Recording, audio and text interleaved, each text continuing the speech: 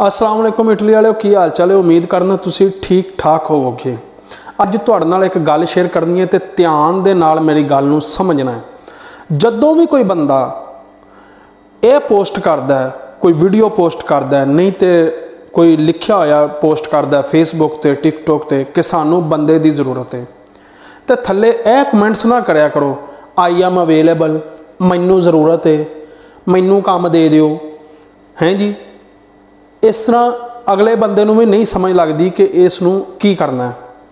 हमेशा नीचे कमेंट्स दे विच चलो पूरा नहीं तो कुछ ना कुछ अपना इस तरह कुछ लिखिया करो कि मेरी एज इन्नी है, मैं फलां जगह ते हाँ, मिलान, रोमा, वरोना, कलाब्रिया, सही है, सिसलिया, इत्थे हाँ, फलां एरिए दे विच हाँ, मेरे को पेपर है ना या नहीं है, मैं कैंप च हाँ या बाहर हाँ, मेरे को पतेंते है या नहीं है।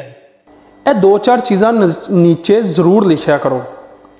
यह गल तुहानूं दस्सण दा मकसद है वे कि जदों तुसीं यह थल्ले अपने बारे दे विच थोड़ा जिहा लिखोगे तो शायद जिसने पोस्ट कीती हुंदी है उनके क्राइटेरिया के उत्ते तुसीं पूरा उतरो या ना उतरो, लेकिन उस पोस्ट नूं होर भी बड़े वेखदे हुंदे ने, वो थल्ले कमेंट्स पढ़दे हुंदे ने, जिंदी वजह नाल शायद किसी होर दे तुसीं क्राइटेरिया के उत्ते पूरा उतरो।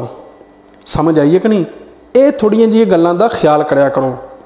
एवें ना लिख दिया करो आई एम अवेलेबल, मैनू ज़रूरत है। हमेशा अपने बारे च थोड़ा जिहा लिखिया करो कि मेरे को पेपर है ने नहीं है, मैं फलां एरिए दे विच हाँ, मेरी एज इन्नी है, मैं कैंप च हाँ या बाहर हाँ। ये थोड़ियां जिहियां चीज़ां जरूर लिखिया करो। बाकी अल्लाह पाक तुहानूं सलामत रखे तो हसदे रहो, वसदे रहो, तो वीडियो नूं शेयर कर दिओ ताकि दूसरिਆਂ ਦੀ भी मदद हो सके।